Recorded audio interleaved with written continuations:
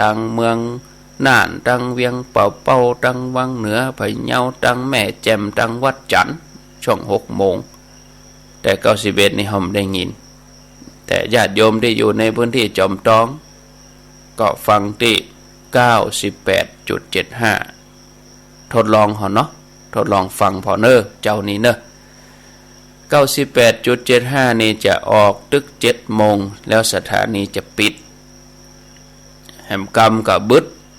เวลา18 นาฬิกาหรือว่า6 โมงแรงก็เปิดแหมกำอันนี้จะเปิดเฉพาะช่วงธรรมะเมื่อเจ้ามาค่ำมาวันก็ปิดนะสถานีอื่นนี่บ่ปิดเนอะเฉพาะ98.75นะอันนี้ก็แจ้งถ้า98.75ในเวียงก็จะเป็นแหมคลื่นหนึ่งละต้องอยู่ในพื้นที่จอมตองต่ออันเนาะจอมตองเวียงหนองล่องเนี่ยเดลอนี่ก็บ่ถึงเดลอนี่จะตึกเต็มหมู่เนี่ยตาลี่นี่รอแหมสักประมาณเดือนเนอะญาติโยมเนอะรอแหมสักเดือนแล้วก็พัฒนาก็ดีขึ้นไปกำน้อยเนาะรอแหมสักเดือนเนาะอดใจเอาเนอะ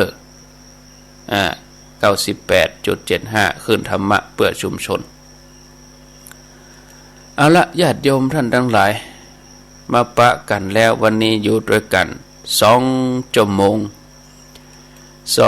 งจะอู้ถึงเรื่องการบวชที่บ้านเหมือนเคยอู้ญาติโยมทั้งหลายเมื่อคราวที่แล้วว่าถึงแม้เฮาบ่ได้บวชกายแต่เฮาก็บวชใจฟังธรรมะไปชั่วโมงก็เหมือนเฮาบวชชั่วโมง2 ชั่วโมงเฮาก็บวชไป2 ชั่วโมงอยู่ที่บ้านเฮาก็บวชที่บ้านต้นไม้เปิ้นยังบวชเนาะกล้วยยังบวชกล้วยบวชชีอีกเนี่ยบวชต้นไม้อีนะคนเฮาก็ต้องบวชที่ใจแต่จะไปเอากรรมนี้ไปใจผิดเนี่ยโอ้ตึมไปละวัดบ้านี่ไปก็ได้บวชที่ใจอันนี้ไปใจตั้งผิดเป็นข้ออ้างในการที่จะไปวัดไปใจกรรมว่าบวชที่บ้านนี่เอาไปใจกรณีแต่ละอย่างไปเนี่ยเอาบางกรณีเอาไปใจสำหรับคนที่บ่สนใจการบุญการกุศลบ่กินบ่ทานบ่เข้าวัดเข้าวาโอ้วัดว่ามาเข้าก็ได้บวชที่ใจเนี่ยอันนี้เอาไปใจผิดแต่สำหรับคนที่ปฏิบัติตลอดแต่เปิ้นบ่มีโอกาสได้บวชบาตรก็ใส่ธรรมก็ฟังพระก็ไหว้นั่งสมาธิภาวนาแต่ว่าภาระธุระเจ้าบ้านนี่ภารกิจหนักเนาะภารกิจก็ดีธุรกิจก็ดีเนี่ยบ่สะดวกก็บวชที่ใจบวชที่บ้านบางคนจะสงสัยว่าบวชเนี่ยหยังอยู่ที่บ้านก็พอจะตอบไว้ว่าเฮาทำอย่างเดียวกันในวัตถุประสงค์ความมุ่งหมายของคำว่าบวชถ้าจะแปลตามตัวหนังสือเนี่ย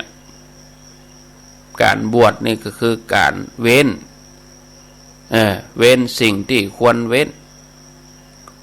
ก็คือเว้นจากการได้ทำบดี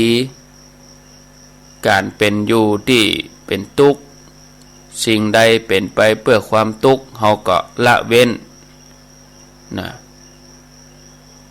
บ่ทำในใจว่าอยู่ที่บ้านหรือว่าอยู่ที่วัดแต่ว่าโดยแท้จริงก็อยู่ที่บ้านนั่นนะญาติโยมเขาฟังรายการเนี่ยแต่บ่ต้องทำใจว่าอยู่ที่บ้านหรือว่าอยู่ที่วัดทำในใจแต่การประพฤติปฏิบัติคือตรงตามความหมายนั่นคือเว้นจากสิ่งที่ควรเว้นทุกอย่างที่เป็นอกุศลนะเว้นสิ่งที่ควรเว้นเนี่ยนะถึงแม้ว่าเฮาจะอาศัยกรรมแห่งกรรมหนึ่งคือว่าพรหมจรรย์แปลว่าการประพฤติที่ประเสริฐ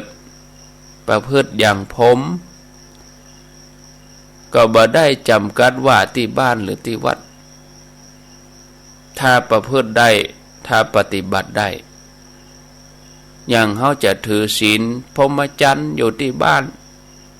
บางท่านว่าถือศีล8อยู่บ้านได้ก็ไปคัดข้องอย่างก็ได้นะก็ถือว่าประพฤติพรหมจรรย์นะอันนี้หมายความว่าการประพฤติเต็มที่ติดต่อกันเป็นเวลายาวบางคนปฏิบัติตลอดชีวิตบางคนนี่เปิ่นปฏิบัติของเปิ่นตลอดชีวิตนุ่งขาวห่มขาวบางคนนี่ปฏิบัติอย่างดีนะเอาจะกันง่ายๆว่าประพฤติพรหมจรรย์ที่บ้านก็ได้ก็ว่าได้นะนุ่งขาวห่มขาวถึงเวลาบางคนก็วันศีลในก็นุ่งขาวห่มขาวอีนะจะได้ฮู้วันนี้วันศีลใส่เครื่องแบบครูบาอาจารย์ตำรวจเปิ้นก็มีเครื่องแบบยังกับครูเปิ้นก็มีเครื่องแบบข้าราชการเปิ้นใส่เครื่องแบบของเปิ้นคุณหมอคุณพยาบาลคุณตำรวจคุณทหารเนาะบ่ว่าจะเป็นหน่วยงานแม้กระทั่งพนักงานโรงงานพนักงานเอกชนเปิ้นก็มีเครื่องแบบเฮานี่เฮาเป็นเจ้าพุทธ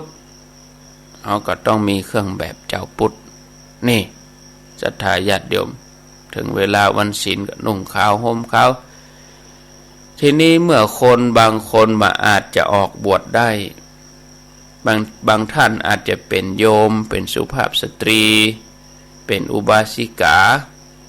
มาอาจจะบวชได้ก็เสียใจน้อยใจอย่างอีกก็มีหรือด้วยเหตุอย่างอื่นก็ออกบวชบ่ได้อย่างนี้ก็มีบ่ต้องไปเสียใจน้อยใจเนอะญาติโยมพยายามประพฤติปฏิบัติประพฤติในธรรมะเป็นการปฏิบัติให้ดีที่สุดเป็นการปฏิบัติสูงสุดตามที่พอจะทำได้ก็จะเป็นการบวชอยู่ที่บ้านห้องว่าบวชอยู่ที่บ้านเอามาฟังว่าบวชอยู่ที่บ้านฟังให้ดีๆเนี่ยเพราะบวชนั่นคือการเว้นเสียจากสิ่งที่ควรเว้นพรหมจรรย์หมายถึงการประพฤติข้อธรรมอย่างจริงจังเคร่งครัด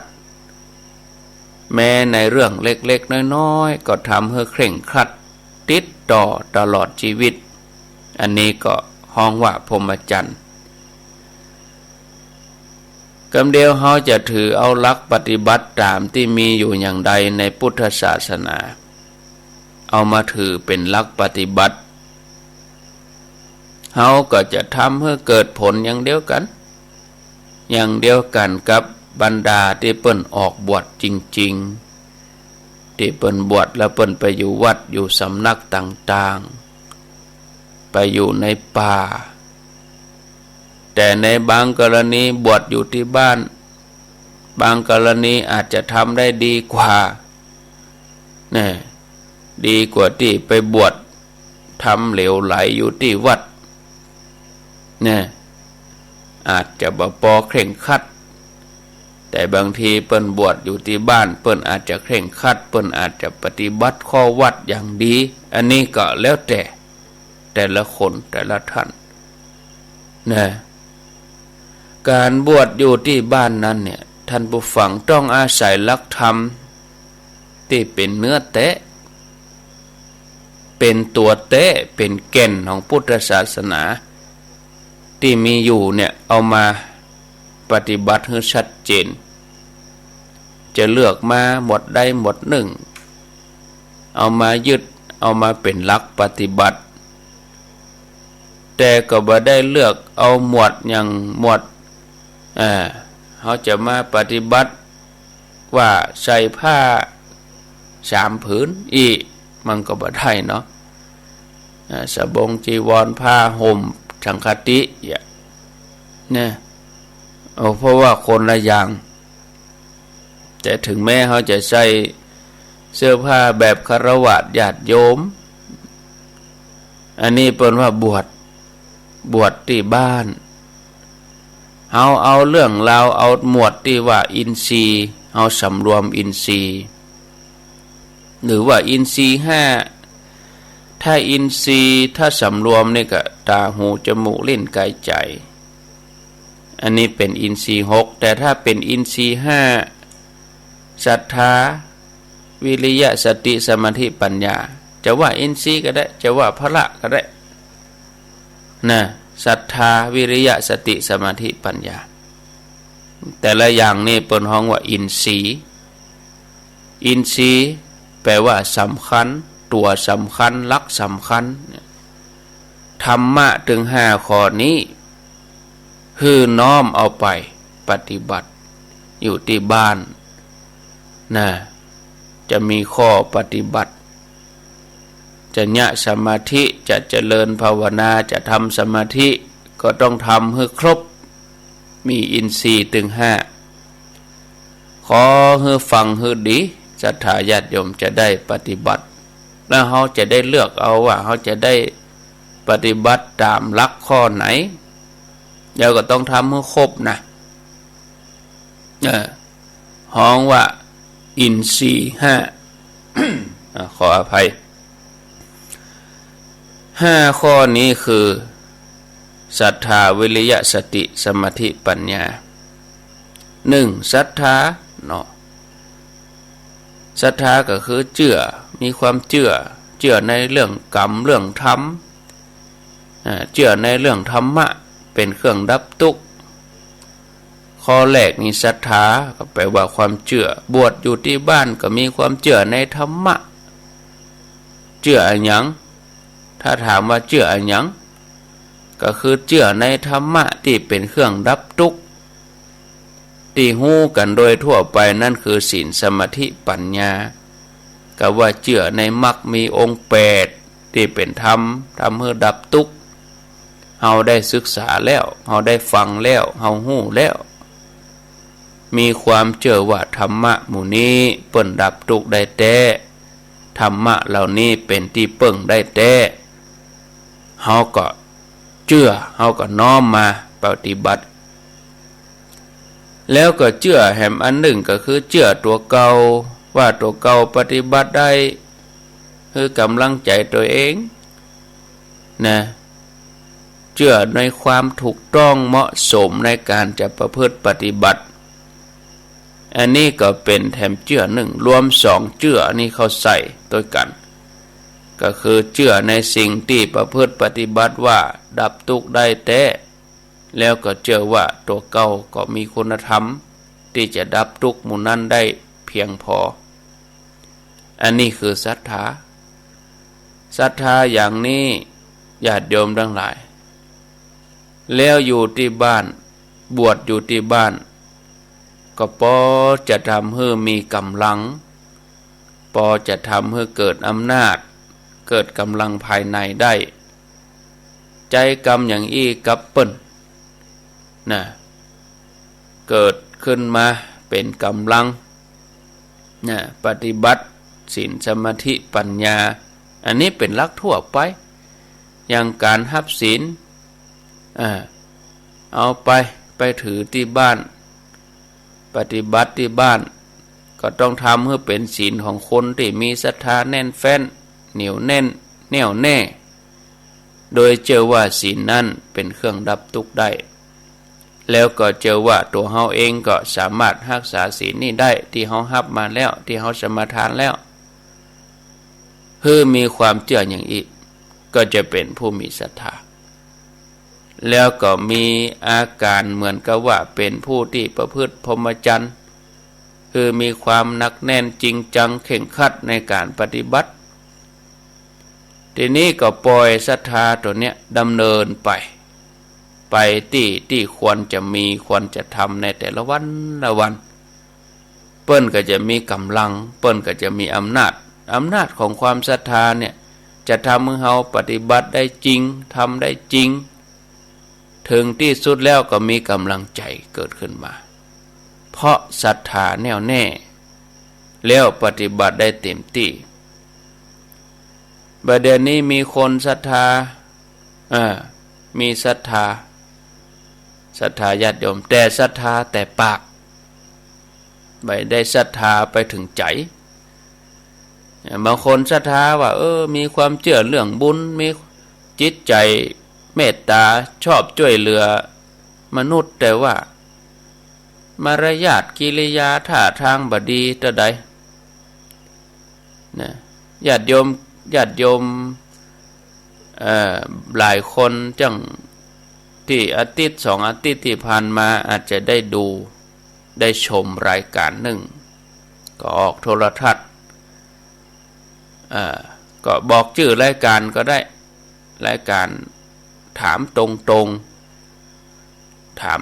งของช่องไทยรัฐก็เปิ้นก็เอาตุเจ้าโตนทนายเหี่ยวโคนแล้วก็เอาโยมมาท่านหนึ่งเปิ้นก็มาอู้กันเรื่องหูปพระอุลตร้าแมนเนี่ยโอ้เปิ้นเถียงกันเหตุผลอาตมาก็บ่ได้มองว่าไผผิดไผถูกเนาะแต่เฮาก็มองเรื่องกิริยามารยาทบางทีคนเฮามันก็กึดก็ส่วนกึดเนาะตัวเก่ากึดอย่างอ่านก็ส่วนกึดอย่างอ่านแต่ว่าเวลาแสดงออกมาเนี่ยแทนที่จะให้คนอื่นอินดูน่ะเป็นพอแล้วเนี่ยโอ้กิริยามารยาทละอ่อนบ่เดียวเขาจะเป็นอย่างอันนักนะญาติโยมลงไปพอย้อนหลังญาติโยมที่มีอินเทอร์เน็ตญาติโยมที่มีเว็บไซต์ค้นหาพิมพ์กดเข้าไปว่ารายการถามตรงแล้วก็ต้องเป็นช่วงที่ภาพอุลตร้าแมนภาพวาดพระอุลตร้าแมนเนี่ยเพิ่นเอาพระมานั่งอู้แล้วก็โยมแล้วก็ทนายบางทีเฮาเกิดว่าเฮาเป็นคนที่มีความช่วยเหลือมีจิตใจชอบช่วยเหลือชอบบริจาคแต่ว่าพฤติกรรมนี่ลองดูญาติโยมก็พอกันเนาะบางทีเฮาพอเผินๆแต่ศรัทธาแต่ปากก็ศรัทธาอย่างหนึ่งแต่บ่ศรัทธาเรื่องธรรมะบ่ศรัทธาเรื่องพระในบทมงคล38ก็คืออเสวนาจะพารนังจะไปเสวนากับคนพาลถ้าความคิดมาแนวนี้เนี่ยเฮาก็ต้องว่าคนอย่างอีเนี่ยเฮาไม่ต้องไปเสวนาโดยแล้วนะมาพอแกก็เฮามาพอก็เด็กก็ปกขาก็เด็กก็เอามือกำกลางแปรงหูแปรงตาแล้วว่าพระอำเจ้าพระวันนายนี่เหมาะจะเกียดจะโคตรยังได้มากกะเนี่ยกะจ้างเด้อยังได้บ่ฮู้เนาะอาตมาพอแล้วก็คนเฮาถ้าเราอ่อนวัยรุ่นเป็นอย่างอี้นักนะจัดอิดเนอะญาติโยมเนอะต่อไปทางหน้านี่ใครฮู้เป็นยังได้ลองไปพอเถอะไปพอเอาเนาะอันเนี้ยมีศรัทธาแต่ว่าศรัทธาแต่ปากมีศรัทธากันแต่ผิวว่ามีศรัทธาแต่หาได้มีศรัทธาตัวจริงก็มามีแต่จริงตามที่ว่ามาเนี่ยบางคนก็คือบ่ได้เชื่อเรื่องกรรมเรื่องเวรบ่ได้เชื่อในบาปบุญคุณโทษหยังเนี่ย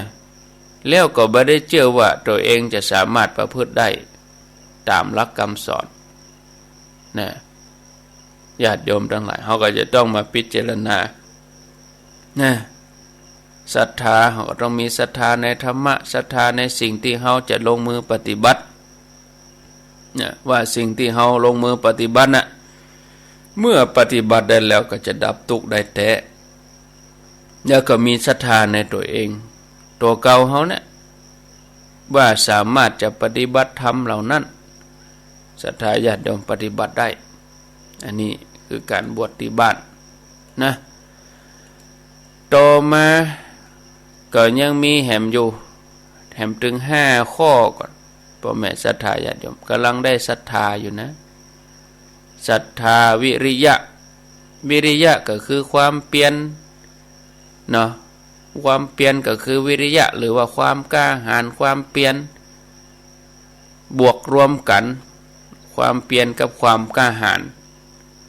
เปิดห้องว่าวิริยะยิ่งมีศรัทธาในธรรมะวิริยะเข้มแข็งอาศัยอำนาจของศรัทธาเป็นพื้นฐานทำอะไรอย่างก็แก้วกล้าสามารถภาคเพียรในสิ่งที่ควรจะทำทุกเรื่องว่า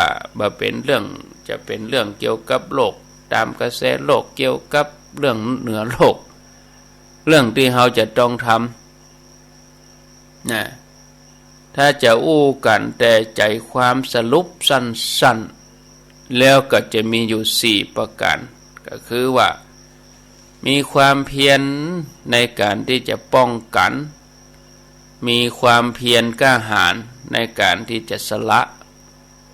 มีความภาคเพียรกล้าหาญในการที่จะสร้างสรรค์แล้วก็มีความเพียรกล้าหาญในการที่จะรักษา4ประการนี้คือ1คืออย่าง1ป้องกัน2สละ3สร้างสรรค์แล้วก็4รักษาป้องกันสละสร้างสรรค์รักษามีความเปลี่ยนถึง4อย่างนี้เปลี่ยนที่จะป้องกันเปลี่ยนที่จะสละเปลี่ยนที่จะสร้างสรรค์แล้วก็มีความเปลี่ยนที่จะรักษาถึง4อย่างนี้มีความหมายคุมหมดในหน้าที่ของมนุษย์บอกว่าจะเป็นเรื่องอะไรป้องกันสละสร้างแล้วก็รักษาป้องกันนี่คือป้องกันอย่างพ่อแม่ศรัทธาญาติโยมป้องกันบ่ให้สิ่งที่บ่ควรให้มีให้เกิดที่จะมีจะเกิดขึ้นมาก็ป้องกันเหี้ยเนี่ยยกตัวอย่างศัตรูอย่างนี้เราต้องใจป้องกันบ่ให้เกิดบ่ให้มีขึ้นมากิเลสเป็นศัตรูร้ายกาจเราก็ต้องป้องกันกิเลสตามแนวทางที่ถูกต้องนะเหมือนกับการป้องกันข้าศึก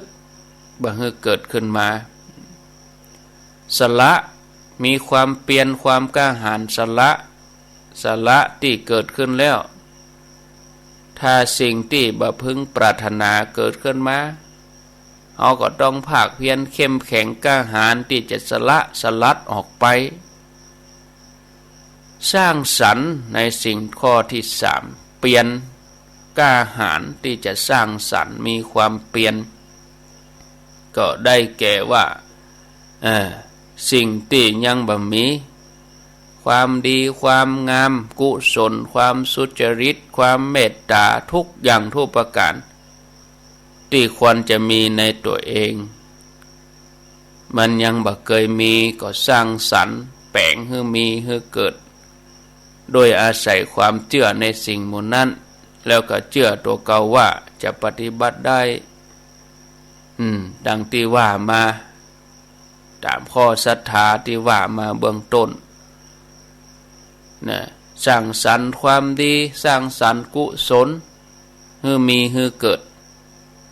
สร้างสรรค์นี่จะต้องเป็นสิ่งดีก็อย่างเดียวด้วยนะ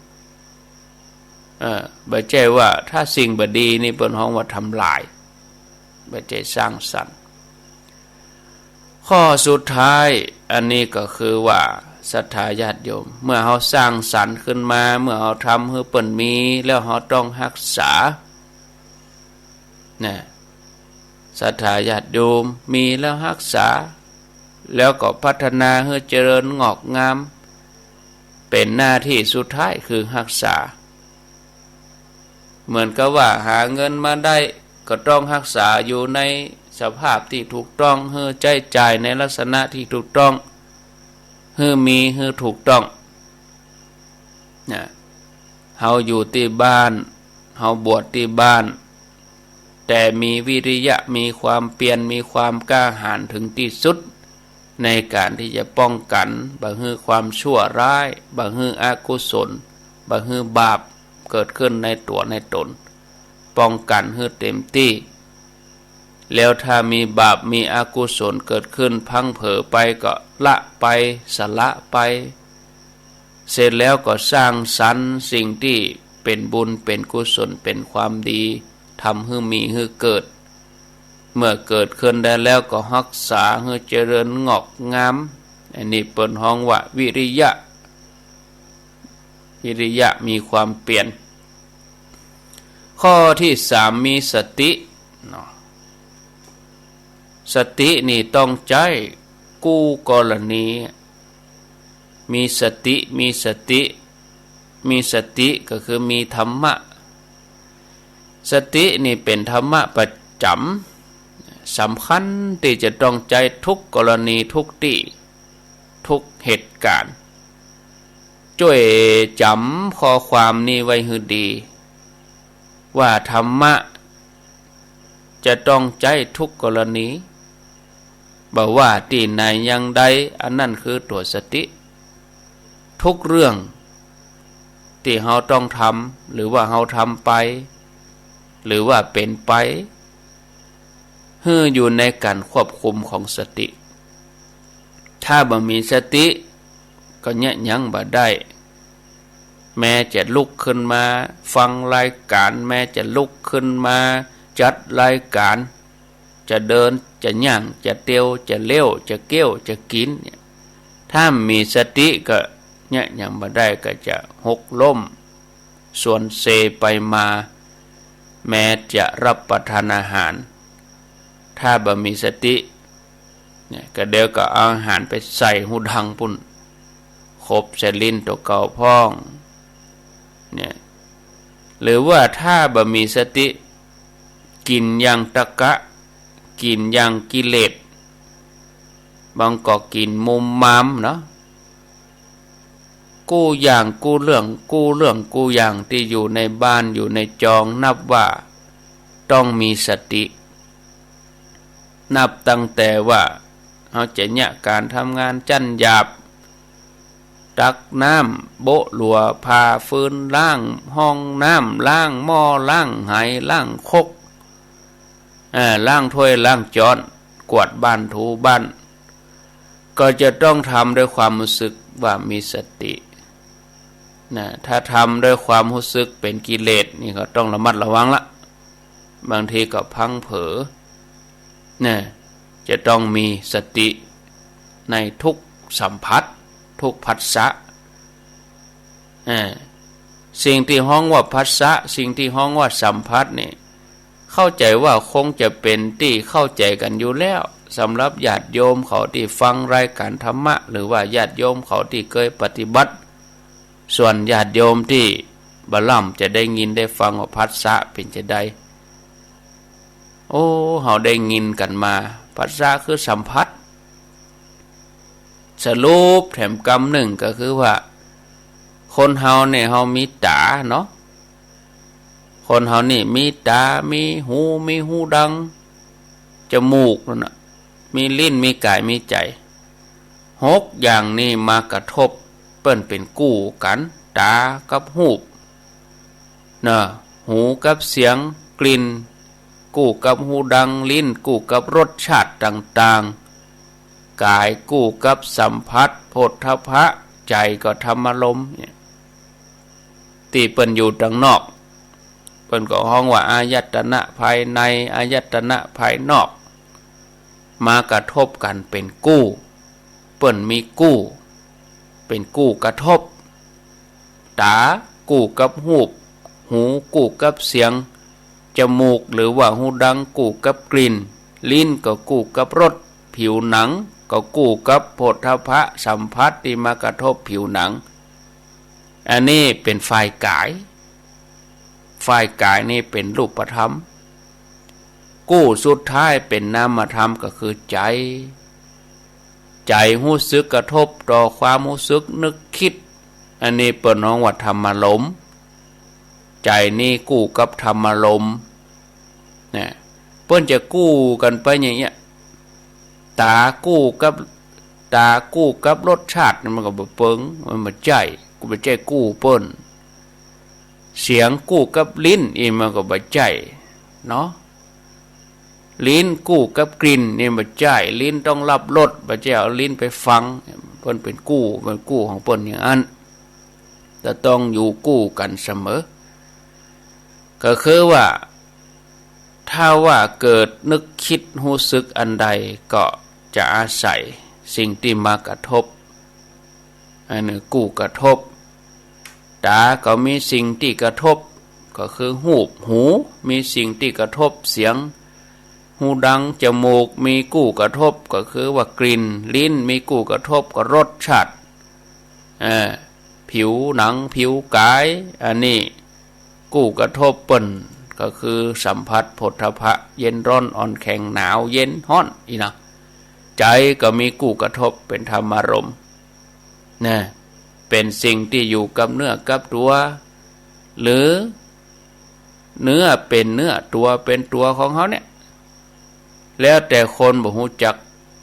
ไม่ได้นำสิ่งมูนี้มาพิจารณาทั้งที่อุปกรณ์เนี่ยอยู่กับตัวเฮาแท้ๆตาหูจมูกลิ้นกายใจอยู่กับตัวเฮาแท้ๆเป็นอุปกรณ์การสอนเป็นอุปกรณ์ธรรมะอย่างดีเลยถ้าเฮาจะมาพิจารณากันจริงๆแล้วเนี่ยท่านผู้ฟังญาติโยมจะต้องรู้จักสิ่งสำคัญถึง6กูนี่ให้แจ่มแจ้งชัดเจนแน่นอนรู้กันโดยทั่วถึงเกี่ยวกับเรื่องถึง6อย่างนี้เพราะว่าอันยังก็สำเร็จมาจากอายตนะ6กูนี้หรือว่าโลกถึงโลกเนี่ยเนาะมันจะมีปรากฏอยู่ได้ก็เพราะว่าเฮามีตาหูจมูกลิ้นกายใจแต่ถ้าเฮามีตาหูจมูกลิ้นกายใจมันก็คือมีหยังแหละบางคนเขาก็อาจจะบ่มีตาเฮาได้หันหูเฮาได้ยินเฮาก็ยังได้กลิ่นบางคนมันไม่ใช่ว่าจะขาดหมดไปถึงหมดมันต้องมีอย่างน้อยก็มีกายได้สัมผัสอย่างน้อยก็มีใจอย่างน้อยก็มีลิ้นบะหมี่ตึงหมดเลยก็บะหมี่นะบะหมี่อย่างทุกสิ่งอย่างก็บะหมี่มันต้องมีฉะนั้นญาติโยมก็ขอเชิญชวนท่านทั้งหลายมาฮู้จักสิ่งที่6กูนี้ให้ดีที่สุดฮู้จักในฐานะที่เปิ้นมีในตัวเฮาหรือว่าเปิ้นเป็นตัวเฮานี่แหละแล้วเฮาก็มีสติเมื่อเฮาจะทำหน้าที่มีสติเมื่อตาเปิ้นทำหน้าที่มีสติเมื่อหูเปิ้นทำหน้าที่ในการที่จะได้ยินเสียงมีสติตาที่เปิ้นทำหน้าที่ในการที่เปิ้นหันหูมีสติเมื่อหูดังจมูกทำหน้าที่ดมกลิ่นมีสติเมื่อลิ้นทำหน้าที่ได้ลิ้มรสมีสติเมื่อผิวหนังทำหน้าที่กระทบสิ่งที่มากระทบผิวหนังแล้วก็มีสติเมื่อใจทำหน้าที่กระทบกับธรรมารมณ์คือความรู้สึกนึกคิดฮือเฮาฮู้โดยประจักษ์ว่าเป็นอย่างใดเอาสติมาเป็นตัวตั้งว่าเมื่อเฮากระทบสิ่งเหล่านี้เป็นจะได้นะศรัทธาญาติโยมยกตัวอย่างกู้แรกไม่ใช่นั่งมวยนะกู้แรกก็คือตากับหูเนี่ยบอกกองตากับหูมากระทบกันนะก็เกิดวิญญาณตั้งตาวิญญาณนั่นคือการหันแจ้งตั้งตาขึ้นมาอันนี้เปิ่นฮ้องว่าวิญญาณตั้งตากับหูที่มากระทบกันวิญญาณตั้งตามีอยู่พร้อมกัน3อย่างนี้ทำหน้าที่อันเดียวกันอันเนี้ยเปิ่นฮ้องว่าผัสสะเกิดละบ่ใช่เพียงแต่ตากระทบหูอันนั้นมันแบบหยาบถ้าเราจะว่ากันตามครูบาอาจารย์ที่ชัดเจนแล้วจะต้องมี3เสมอก็คือมีอายตนะภายในอายตนะภายนอกแล้วก็มีตัววิญญาณที่จะเกิดมาจากอายตนะนั้นเหมือนอย่างในตั้งตาเนี่ยที่ว่ามาเนี่ยบอกกองตาหันหูบกระทบกับหูบอย่างเฮาพอต้นไม้พอคนพอรถกระทบละเนี่ย หันเกิดอาการหันตั้งตาก็เกิดวิญญาณขึ้นมาวิญญาณคือจักษุวิญญาณนะได้สามตาอย่างหนึ่งหูบอย่างหนึ่งวิญญาณก็คือจักษุวิญญาณแห่งอย่างหนึ่งแต่เขาพอรวดเดียวเลยแต่กระบวนการเปิ้นมีสามก่อนนะจักษุวิญญาณทำหน้าที่สัมผัสหูบตั้งตาห้องว่าจักษุสัมผัสจักษุสัมผัสมีการสัมผัสตั้งตาตั้งหูตั้งจมูกตั้งลิ้นตั้งกายแล้วก็ตั้งใจเหมือนกันอย่างเนี้ยก็มีสามอย่างเนี้ยอันนี้เปิ้นห้องว่าผัสสะทีนี้ผัสสะมีแล้วผัสสะตั้งตามีแล้วเมื่อเกิดผัสสะก็เกิดเวทนาหันหูบกระทบหูบกระทบถามว่าเขาเกิดความรู้สึกจะใดรู้สึกพอใจกั้มพอใจเฉยอันนี้เป็นเวทนาเข้ามาร่วมผสมแถมกระบวนการก็เข้ามาแถมเนี่ยเป็นเวทนาสามขึ้นมาเวทนาสามก็คือว่าสุขเวทนาพอใจหันแล้วพอใจหันแล้วบ่พอใจทุกขเวทนาหันแล้วเฉยอุเบกขาเวทนา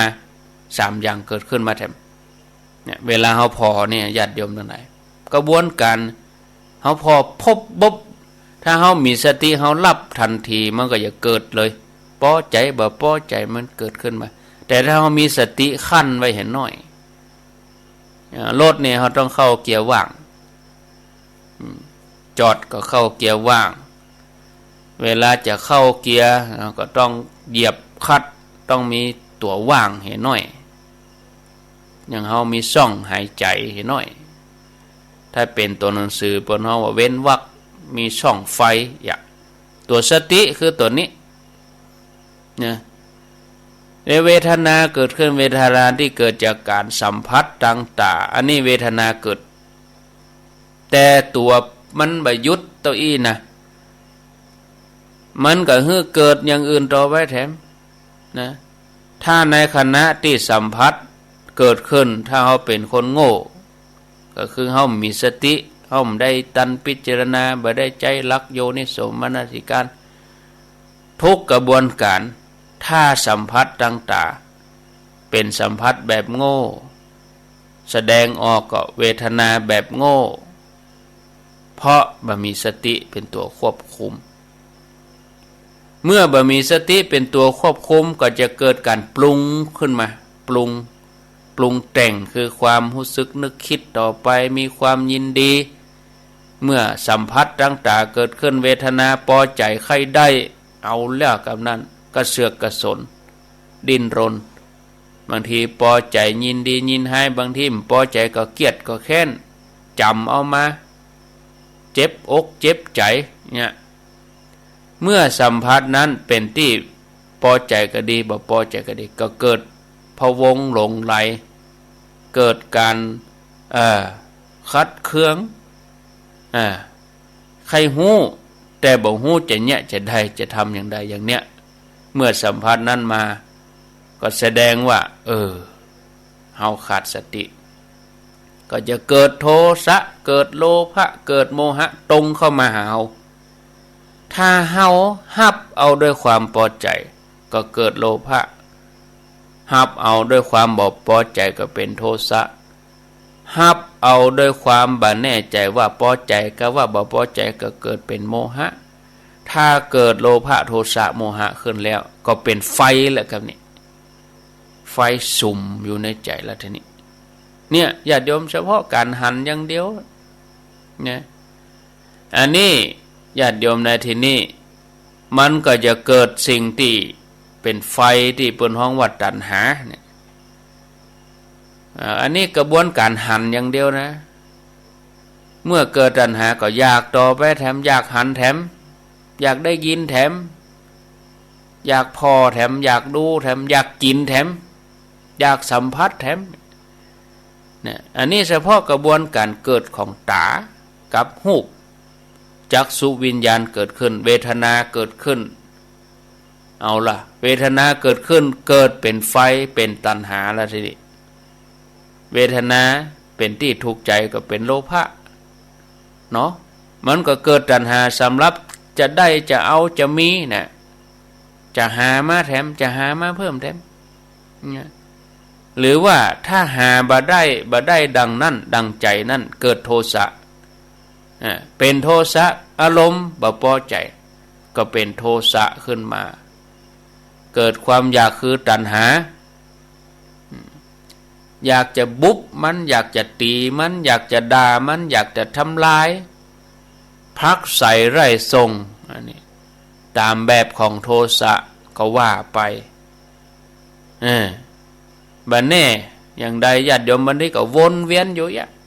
วนกันไปวนกันมาโมหะโทสะโมหะโทสะโลภะวนกันไปอันเนี้ยญาติโยมเกิดล่ะเกิดโลภะโทสะโมหะอันนี้เปิ่นฮ้องว่าไฟเกิดไฟขึ้นในใจนะถ้ามีสติเห็นแล้วขณะที่ผัสสะเกิดเนาะมันก็บ่เกิดขึ้นอย่างเงี้ยมันกลายเป็นเกิดไปแหมตั้งเท่ามีสติต่างติคือเฮาฮู้ว่าอันนี้คืออันยังเป็นอันยังควรเนี่ยจะได้มีสติยับยั้งชั่งใจทำหรือบ่ทำเนี่ยละกังดังแล้วเนาะสถาตีสี่แล้วเนาะคนที่นอนวัดกันลูกได้แล้วเนออาบน้ำแปรงฟันทำธุระส่วนตัวตีสี่แล้วบัดเดี๋ยวนี้กรุงเทพได้ยินละกังนี่เขาเดือดร้อนหรอวางแล้วก็ไปฟ้องแหมวางนึ่งก็ไปตีทุเจ้าในวัดอันนี้เอามาหำเหมาะไปลองเรียนผู้ว่ากรุงเทพว่าวัดตีละกังดังลำไพนอนก็เขาไปแปลงคอนโดใกล้วัดเนี่ยจะได้วัดเปิ้นตั้งมาก่อนน่ะแล้วเขาไปแปลงแล้วเขาไปอยู่มารูน่ะแล้วเปิ้นตีละกังสวดมนต์ทำวัดก็ไปเดือดร้อนว่าจังไม่ละปูนเฮานี่จะไปให้ได้มีเน้อเมืองนักบุญนะครูบาเจ้าศรีวิจัยครูบาวงศาครูบาพรหมมาครูบาอินทจักรหักษาครูบาคัมภีละครูบาหลายๆตนพระเถระสำคัญในเมืองเชียงใหม่เนี่ยสร้างวัดสร้างวาเนี่ยเปิ้นก็ปลูกฝังเฮามาเนาะแต่คนรุ่นใหม่นี่เขาบ่เป็นอย่างนั้นเขาว่าเสียงละกังนี่มันทรมานมันรบกวนเขาบ่ได้รับได้นอนเนี่ยแทนที่จะเกิดว่าเสียงละกังนี่เป็นเสียงยับยั้งสติกะเสียงเฮามีสติเฮาจะทำบาปทำกรรมทำอะไรอย่างบดีเฮาก็ยับยั้งอีกะเสียงละกังนี่เนาะท่านผู้ฟังทั้งหลายได้ยินเสียงละกังก็เอาละกังมาอู้วันพวกจะมาว่าต่อเพราะประเด็นละกังดังแล้วนะประเด็นนี้4 โมงตีสี่วางสายช่วงแรกนี่ก็ปั่นตาเฮือปีน้องญาติโยมที่เปิ้นอยู่เมืองฝางแม่อ้ายชัยประการเนาะแล้วญาติโยมที่ฟัง96ฟัง104นี่ก่อนเอา3คลื่นนี่เนอะญาติโยมฟัง96ฟัง104.5แล้วก็100.25เพราะว่า6คลื่นเนี่ยเปิ้นรับสัญญาณเฮาก็ปั่นตากันฮือทีละ3คลื่นนี่เนาะก็เดี๋ยวตี5ไปแล้วตี4ไปสักน้อยก่อนจะจบตี5ก็จะฮือ91จะฮือ89.5แล้วก็98.75จะได้ไหลไปฟังพอก่อนก้อยโทรมาญาติโยมที่ฟัง96ญาติโยมที่ฟัง104.5แล้วญาติโยมที่ฟังตั้ง100.25ลองโทรมาเนาะลุกมาแล้วกำลุกมาเตื้อเบอร์099836632209983663220 0998366322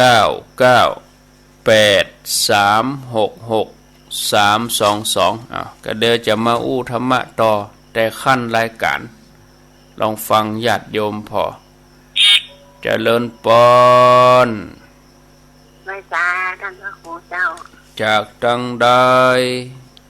จากฟางเจ้าไม่มาที่ไหนกันเจ้าอ๋อฝางแม่เมานี่คนโทนี่แม่หยังแม่ปานีเจ้าอ๋อแม่ปานีมาแนะนำตัวแล้วลูกเนาะเจ้าหันกันแล้วแม่ปานีนะโอ้วันนั้นเปิ้นว่าเปิ้นโทรบัดตันอีกว่าโทรบัดตันถ้าเขาท้อเลยมันถึงตันเนาะจะไปทอกะก็แม่ปานียังติดเจ้าพยายามเอากะความพยายามอยู่ที่ไหนความสำเร็จอยู่ที่นั่นโมทนาสาธุมากึดถึงบรรยากาศนั้นก็ง่อมหาเหมือนกันเนอะบรรยากาศ5 ตุลาตะวันศุกร์เจริญปอนไว้สาเจ้าอ้าวเกตการามแม่จันติบเจ้าแม่จันติบในฟัง96เนาะสวดมนต์อยู่นะเจ้าสวดมนต์เมื่อใดเดียวเนี่ยสวดมนต์กันโดยท่านพระครูอยู่อันกะสวดมนต์อยู่เนอนึกว่าสวดอยู่เองเดี๋ยวนี้ตันได้สวดมนต์ตัวอยู่เนาะเจ้าฟังอย่างนั้นรัดโลกการเปิดนะเจ้าโมทนาใช้ต่อไปเจริญปอนกลับนักเจ้าการเจ้าค่ะผมฟังอยู่ตลอดนะทั้งกลางวันตลอดอะไรอย่างเงี้ยแล้วโยมอยู่ไหนจ้าอยู่ที่ดีแม่ครัวเจ้าหนูอยู่กรุงเทพหนูมาดูแลแม่เนี่ยอยู่ที่ดีแม่ครัวเจ้า8 ปีละค่ะเจดีแม่ครัวจ้าหนูเคยรู้พระอาจารย์หนูเคยคุยกับพระอาจารย์แล้วแต่หนูพอตอนเย็นๆใช่ไหมคะหนูก็รู้ไม่ทันคือว่าหนูจะต้องไม่อาบน้ำพระอาจารย์เจ้าค่ะเป็นคนโคราชกะไม่ใช่จ้ะพ่อหนูเป็นคนกรุงเทพแม่หนูเป็นคนเชียงใหม่แล้วตัวหนูเป็นที่กรุงเทพเจ้าค่ะจ้ะแล้วมาดูแลแม่อยู่ที่นี่เจ้าค่ะแล้วไม่เคยได้ออกไปไหนวัดก็ไม่ค่อยจะได้ไปแรกๆก็ไปอยู่จ้ะแต่ตอนนี้แม่ไม่ค่อยแข็งแรงเท่าไหร่ก็ดูแลพระนั่นก่อนพระที่บ้านเราเจ้าค่ะหนูฟังทุกวันพระอาจารย์หนูเปิดดังลั่นบ้านแล้วแม่หูไม่ค่อยดีพระอาจารย์เอาเขาฟังเป็นกู้ดีนะกะจ้ะพอตอนเช้าเนี่ยตี 3หนูก็จะลุกสวดมนต์ทุกวันบางทีหนูสวดมนต์ยังไม่เสร็จเลยพระอาจารย์จบไปก่อนเลยหนูก็ไม่เคยได้ทูก็สวดเวลาปุ่นกับอาจารย์อยู่เนี่ยสวดตี 5ปุ่นก็ได้หรอตัวท่านมหาหนูตื่นตี 3หนูต้องสวดมนต์ก่อนค่ะอาจารย์แล้วเสร็จแล้วหนูก็เตรียมแม่หนูวันจะเสร็จจากแม่หนูก็3-4 โมงเช้าเนี่ยแหละค่ะต้องดูแลแม่ให้มากที่สุดจ้ะพอดีอยู่เนาะจ้ะหนูไม่มีอะไรแล้วจากชีวิตนี้พ่อหนูก็ไม่มีแล้วดูแลแม่น่ะดีที่สุดมีแม่ฮะเหรอ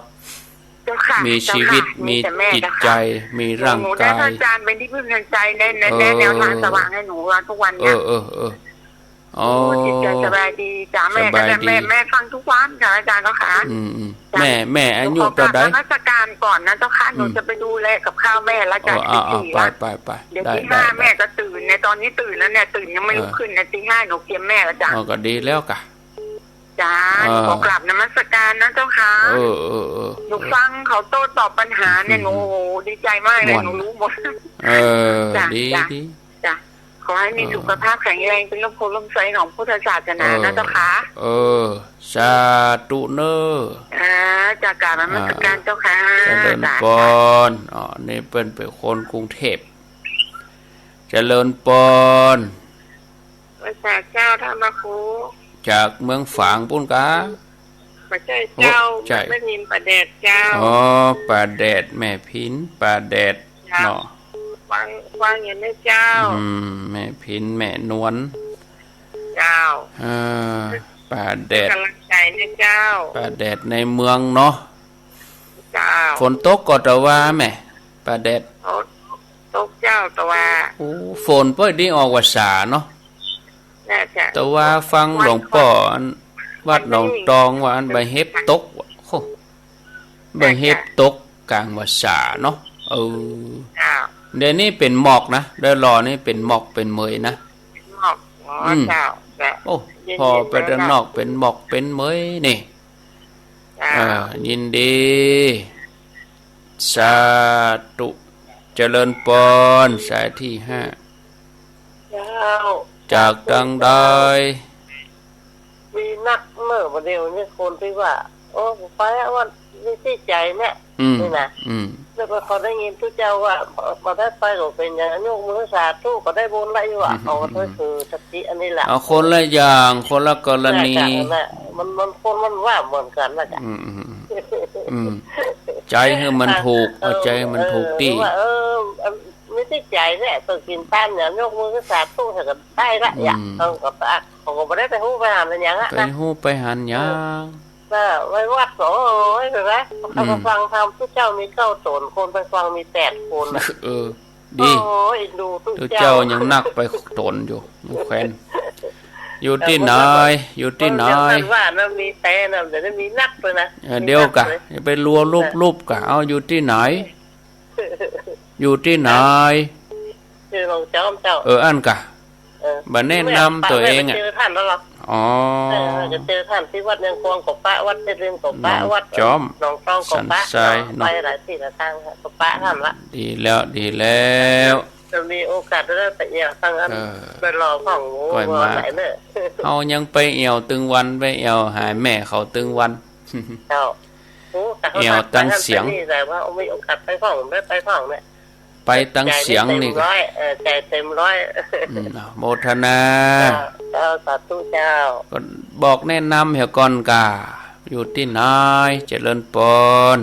เจ้ากลับไปสาเจ้าท่านพระครูเจ้า อยู่ดังใด จากขี้เล็กแม่ริมเจ้า ขี้เล็กแม่ลิ้มเนาะ เจ้าโอ้เสียงไหว้พระสวดมนต์เสียงทุกเจ้าเตะธรรมนี่เป็นเสียงสวรรค์นะเจ้า เสียงก้องเสียงกอง เจ้า เสียงมองต่ำเข้า ชอบขนาดเลยเจ้า ถ้าไปวัดไปสวดนี่นะเจ้าโอ้ขุนคิงลุกเลยเจ้า ม่วนดี ม่วนดีเจ้าสวดดังๆเนาะท่านเนาะ อากะว่าไปเลยว่าดังๆคือมันขึ้นใจ เจ้าจริงลูกพระลูกเลนเปิ้นสวดม่วนแถมมี เสียง ปิ เพลิน ติส่งเกิดขนาดเจ้า ดีแล้วดีแล้ว เจ้าเป็นกำลังใจให้ท่านเนาะเจ้า ยินดีเนอะ เจ้ากับไหว้สาเจ้า สาธุอันนี้โยมขี้เล็กแม่ลิมเจริญปนไปชาร์จน้องเดียวตกขนาดเลย ตกขนาดเลยเนาะปัดเป็นปวดเป็นลมอะครับอินดูหมูปอกกาแม่ขายก็พอให้พอดีเนี่ยไปตกตังพวกยางคามสันติสุขเลยเราเป้ามาหน่อยมีสักเม็ดปัดตังเจริญดักเซฟพอแล้วฝนมันตกมาแล้วบอกวัดพระสิงห์ก็เต็มล้มอ่ะก็วันนี้เปิ้นจะมีหรอสอบนักธรรมอันเนี่ยทั่วราชอาณาจักร7 8 9 10แล้วก็เต็มที่สมบูรณ์ขาดต้นไม้กับก้นแฮมที่วัดอะไรอย่างกับหูน่ะไม่หักหลักกดนะตกลงมาวัดหูออกข่าวเปิ้นออกข่าวนะฝนลงแล้วดูเนาะเพราะกลางว่าสายมีบ่เฮ็บตกว่ะเป็นยังก็ยังฝนเดือน7สาธุสาธุข้าพเจ้าครับเพื่อกับใจนะเดี๋ยวยินดีเจริญปนฮับไป4:15อาจารย์จากตังได้คือโดยสะเก็ดเจ้าแม่คือลูกเจ้าเหมือนกันเนาะเจ้าแม่คือเด็ดสะกอยดอยสะเก็ดเจ้าชัดเจนดีเนาะเจ้าดอยสะเก็ดฟังถึงวันก็ว่าจะได้ว่าจะได้เจ้าขอฝากถามเจ้าเขาแรงหัวตันมันโทรหัวตันถามว่าจะได้หาถามว่าการกฐินนะเจ้าถ้าเขาเป็นเจ้าภาพเนาะสมมติเขาเป็นเจ้าภาพเขาว่าเจ้าภาพกฐินนี่มันแห้งเลยตัวมันไม่ธรรมดานะอย่างแห้งอย่างแห้ง ยังคนได้เป็นเจ้าภาพเก่าอย่างสมมติหนึ่งเจ้า ก็ว่าก็อันนั้นถูกอะแฮงนี่คืออันอย่างแฮงกุศลแฮงกะ ใช่ ก็ชกกับเอาแห้งๆน่ะกะ เอาอย่าแป้มันเลย เอาแฮงเอาแฮงน่ะกะถ้าเขาเป็นลูกน้องวันนี้ได้อย่างคนถูกเจ้าเขาตาบวกวันนี้ได้ จะไปฟังกำเขากะละอ่อนก็ตานได้เอาว่าถ้าเขาบ่มีบุญวาสนาที่แท้เราเป็นเจ้าภาพมาได้เนิ่นก็ดีนะ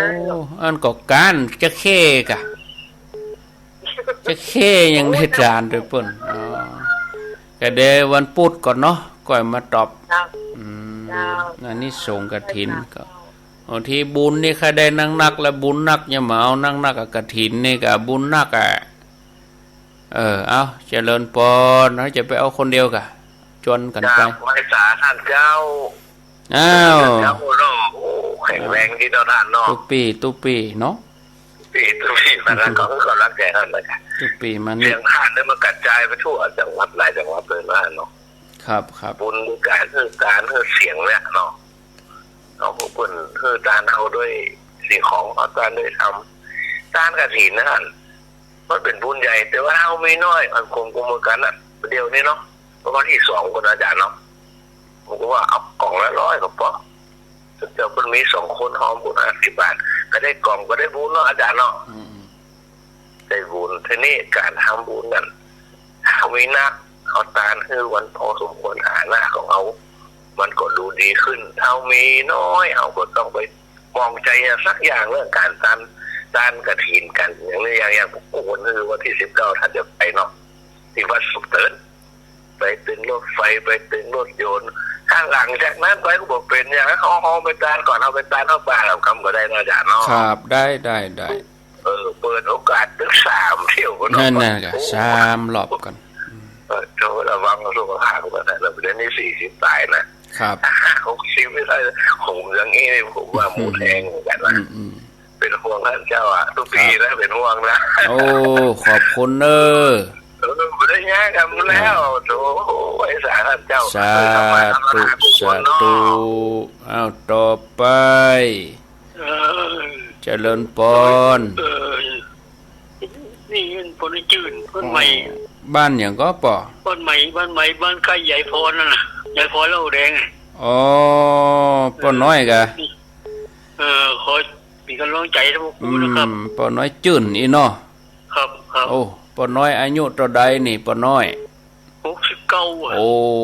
ฟังกันถึงวันเนาะครับฟังถึงวันแล้วทุกลูกเจ้าเด้อเข้าใจดีครับลูกเจ้าหรือป่อน้อยนี่เนาะเป็นกำลังตั้งใจทุกคู่นะครับขอบคุณเนอป่อน้อยเนอครับสาธุหลวงพ่อพระครูโกศลธรรมวิจัยนี่เป็นฟังหรอเราเป็นห้องไปที่เป็นประชุมที่โดยหลอดว่าเส้นนี่อันนี้กะจะรายการไหนหรอเป็นว่าเปิ้นฟังอ่ะเจริญพรครับจากทางใดปออกอยู่ไหนฮะป่าไผ่ปิดวิทยุเหรอมันจะยุ่งกันเหรอมันยุ่งกันขึ้นไหนครับโอ้โยมฟังเฮาต้องถามโยมกับโยมฟังขึ้นไหนฟังอยู่ไหนปิดวิทยุเห็นนะครับแล้วก็อู้กับโทรศัพท์นี่เนาะแล้วก็ไปฟังอู้แล้วก็ไปเปิดวิทยุอันนี้อยู่ที่ไหนอยู่หนองตะคำครับหนองตะคำอำเภอสันทรายฮะสันทรายน่าจะฟัง96ถ้าบอก96ก็104เนาะประเด็นนี้ผมฟังอย่างนะครับตู้กะฟังอย่างอ่ะฟังตู้ฟังเฮาเนี่ยกะน้องเต่าคำอำเภอยุ่งแล้วบ่เข้าใจแล้วเนี่ยจะฟัง96ปิดวิทยุก่อนนะครับปิดวิทยุแล้วก็อู้กับโทรศัพท์นี่เนาะครับถ้าบอกฮะยังก็ฮัลโหลโยมงงแล้วน่ะโยมจะไปงงกามันโทรปฏินะครับติดแล้วเดี๋ยวนี้ติดแล้วรู้โยมก็อู้กับอาตมาเหรอครับครับครับขึ้นใจกันฮะค คืนเดียวกันแต่ว่าออกอินเทอร์เน็ตเวลาเปิ้นหน่วงไปนาทีครับผม ถ้าเฮาเจริญปอนนี่ก็เดี๋ยวให้สักเกิงนาทีก็ไปเจริญปอนออกปุ่นจ้าสัญญาณมันจ้าไปเกิงนาทีครับอยู่ป่าไผ่สันทรายกะครับผมอ๋อก็ถ้าอย่าฟังขึ้น96เนี่ยโดยสุเทพเนี่ยเนาะครับเอาฟังตู้เจ้านะกะเดี๋ยวก็ตู้เจ้านะอู้เบอร์099ครับแม่นกะ0998366322ครับเข้าใจกันเนาะหมดนี้โอ้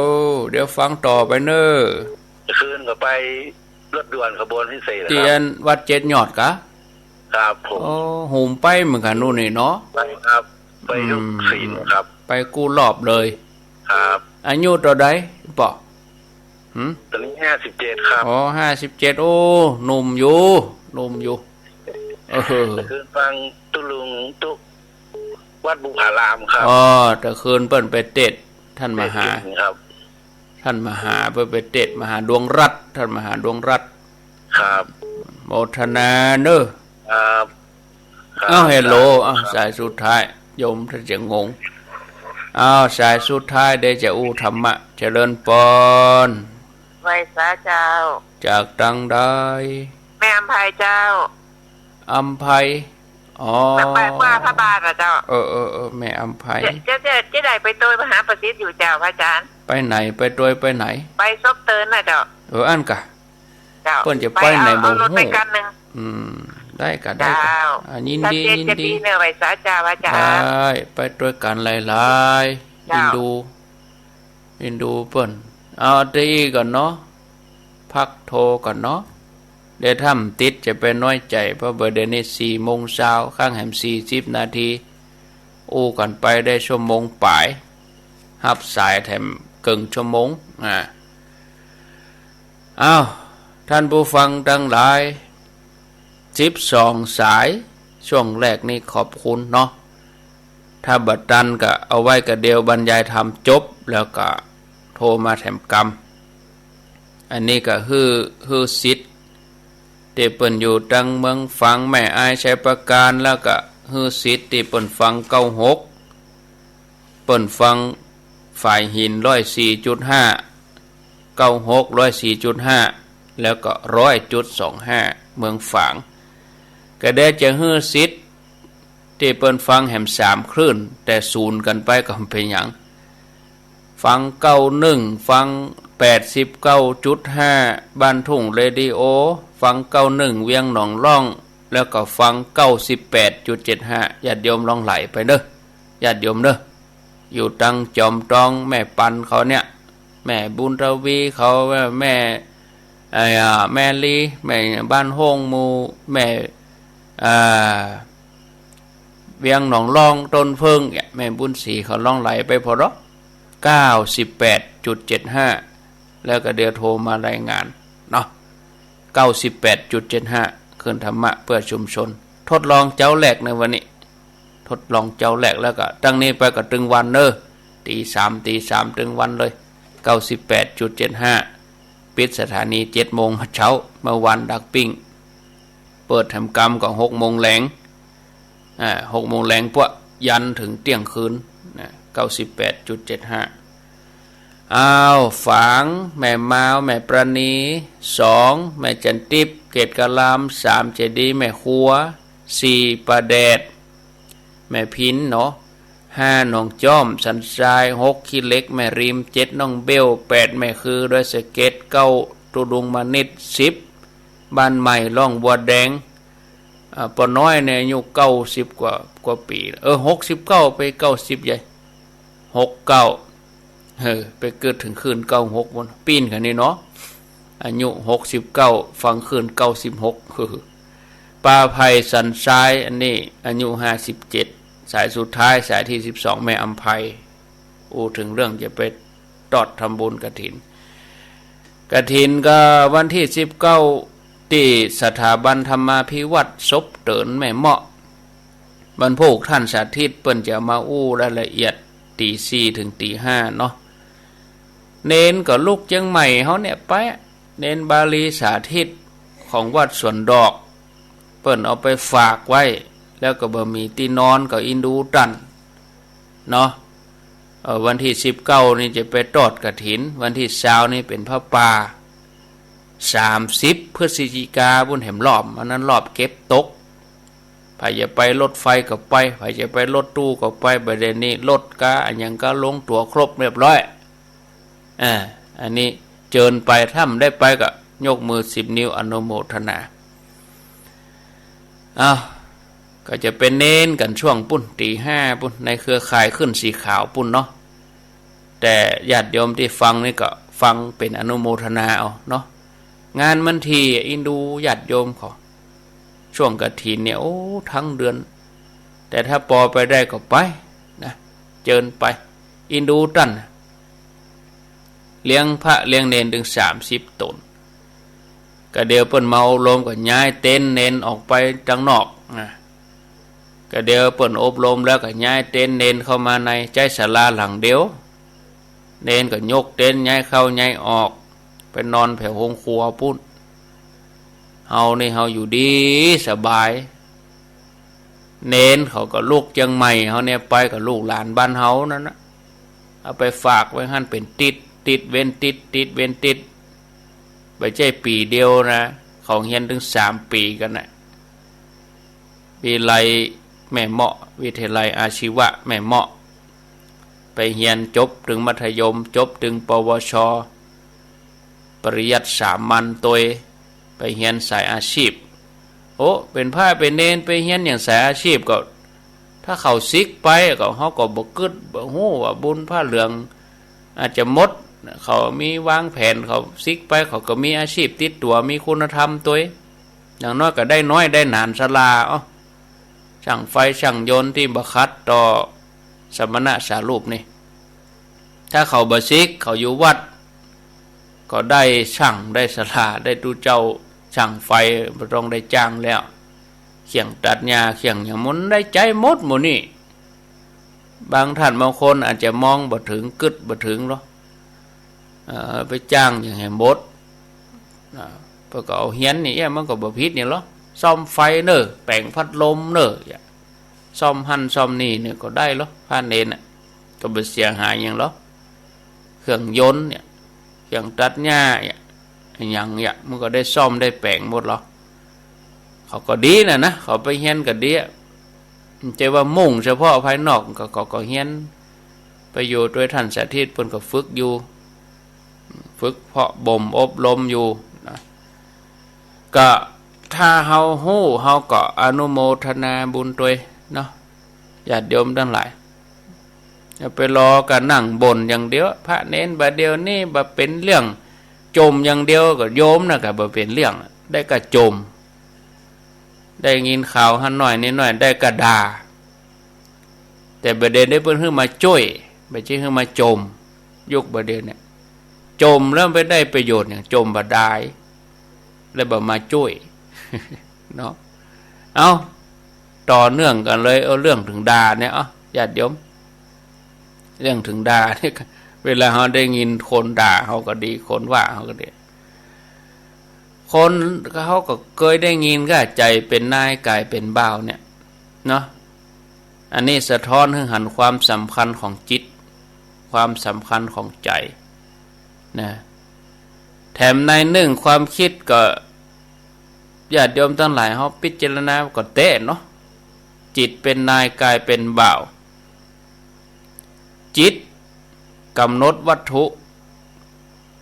กายเป็นไปตามอำนาจของจิตอันนี้ถ้าเรามาระมัดระวังความคิดก็จะกลายเป็นการกระท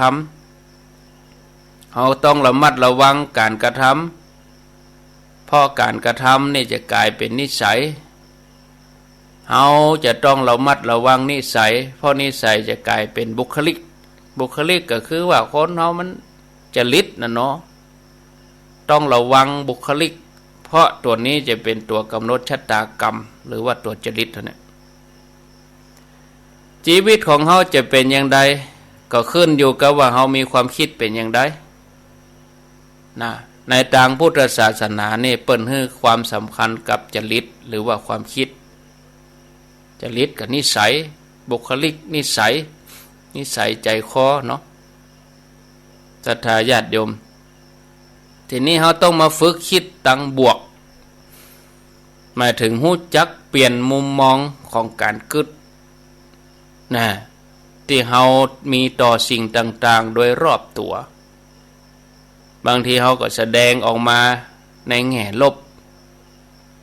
แต่ถ้าเราเปลี่ยนมุมมองแห่งใหม่เราจะได้อย่างดีๆจากเรื่องลบๆอย่างศรัทธาญาติโยมเราทำงานกับคนหมู่มากเราอยู่กับอย่างวิทยุคนหลายเลยอาจจะมีคนชอบอาจจะมีคนชังอาจจะมีคนชมอาจจะมีคนแช่งก็มีเราก็พบกับดอกไม้และก้อนหินบางทีทำอย่างอี้เปิ้นก็ว่าดีบางทีทำอย่างอี้เปิ้นก็ว่าบ่ดีก็เคยยกตัวอย่างให้ญาติโยมแล้วหรอเรื่องขี่ม้าเนาะขี่ม้าก็เอาตัวอย่างมาอู้แล้ววันนี้มาอู้ละหลายท่านเคยได้ฟังแล้วเขาก็เอามาเฮียนหู้ถึงกำชมกำด่าเมื่อแรกเขาปะกำชมเขาจะไปปองจะไปฟูถ้าปะกำด่าเขาก็จะไปแฝบเนาะเขาต้องมาเฮียนหู้กับกำหมู่นั้นโดยเฉพาะกำนินทากำด่านี่นะไผก็แค่ได้ยินกำชมเนาะแต่กำชมนี่บางทีก็ทำให้เหลิงทำให้ปองทำให้ฟูนะด่านักเข้าขนาดว่าต้นไม้ยังบ่ดอกอ่ะดอกเราต้องไปด่าถึงวันเนาะเราต้องไปชมถึงวันเนาะแม้กระทั่งสัตว์ทั้งหลายก็ยังหู้โคนันทวิสารเนี่ยพ่อมหาจำเริญเนี่ยพระโทษลากล้อล่นเลยไอ้โคแก่เข่าอ่อนไปเลยเนี่ยเนาะสัตว์ยังหูเนี่ยสำหรับคนเฮานี่ที่บ่เกิดไอ้หยังนักก็ดูเหมือนว่าบ่ลำบากใจเนาะมีหยังเข้ามาก็มาเถอะเมื่อลงสู่สนามรบแล้วมันต้องมีแผลเมื่อรบชนะก็ได้รับคำชมได้รับเหรียญกล้าหาญแต่ต้องบาดแผลต้องมีธรรมดาศรัทธาญาติโยมคำชมนี่ก็อันตรายกว่ากำด่านะบางทีชมแต่บางทีก็เอามาพอแล้วอันนี้ใครแก่ลงไปชมแก่ลงไปอันตรายถ้าเอาหูบัดดันน่ะเพราะอย่างกำชมนี่จะทำให้เราหลงตัวลืมตัวส่วนกำด่าเนี่ยทำให้เราพิจารณาว่าเฮามาดีอย่างเปิ้นว่าแต่กะเปิ้นว่าอย่างอันเฮาก็บ่ควรจะทำอย่างอันเนาะนี่ญาติโยมเฮามาตั้งศูนย์ทำไมอย่างรถเนี่ยตั้งศูนย์ถ้ามันศูนย์บัดจับแล้วมันก็ลู่ไปทางข้างเนาะรถนี่เสียศูนย์ไปเลยเอามาตั้งศูนย์กันทำไมถ้าเฮาพิจารณาให้ลึกซึ้งก็จะได้ข้อคิดตึงหมดอยู่10ข้อญาติโยมลองตองพอเนาะข้อคิดกับกำด่านี่นะ เปลี่ยนความคิดว่ากำด่ามีกล้านักกว่ากำชมมีกล้าอย่างใดลองมาฟัง1กำด่าเป็นกระจกเงาหรอกระจกเงาที่สะท้อนความบกพร่องของตัวเฮาของงานที่เฮาทำแม่นก็ญาติโยมว่าแม่นนะเนาะ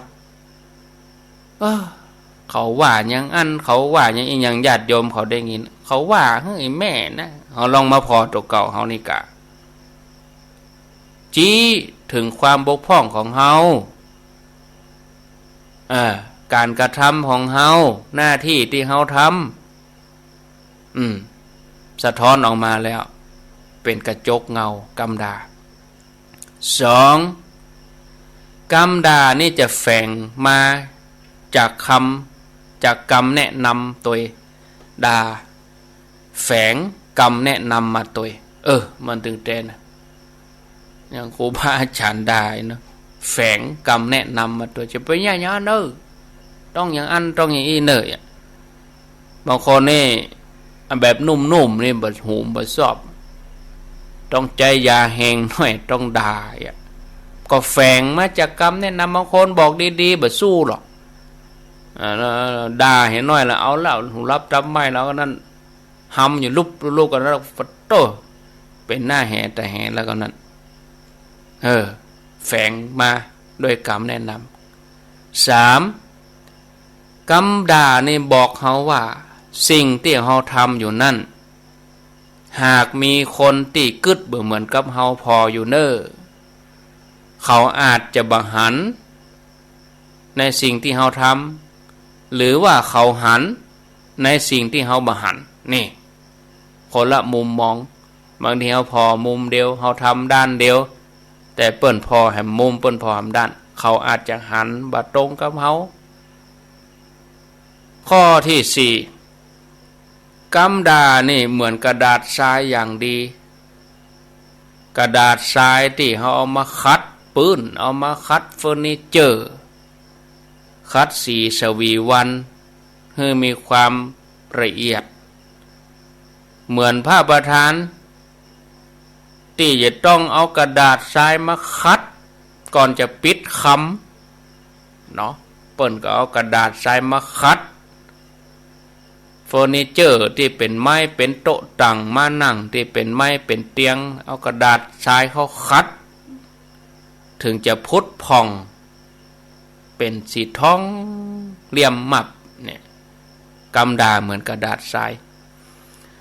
5กำดาทำให้เฮาประมาทบ่ทำให้เฮาเหลิงผีพรามทำอะไรอย่างด้วยความเชื่อมั่นตัวเองนักล่ำไปเหมือนเบรกกำดานี่รถยี่ห้อดีๆราคาแปลงเปิ้นก็แปลงเบรกออกมาดีน้อยระบบเบรกปลอดภัยเบรกบดีก็มันจะลุดโค้งอีกกำดาก็เหมือนเบรกทำมือเฮาประมาทผีพรามทำอะไรอย่างด้วยความเชื่อมั่นล่ำไปข้อที่6กำดาทำมือเฮาฮู้ว่ามีตึงคนฮักมีตึงคนจังเฮาโลนี่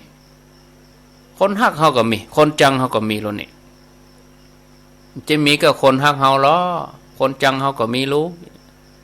กำดานี่เป็นตัวสะท้อนว่ายังมีคนจังเฮาถ้าเฮาก็ต้องมาสำรวจเฮาแหละจะให้คนชอบเฮาทั้งหมดมันก็เป็นไปบ่ได้พระพุทธเจ้ายังโดนด่า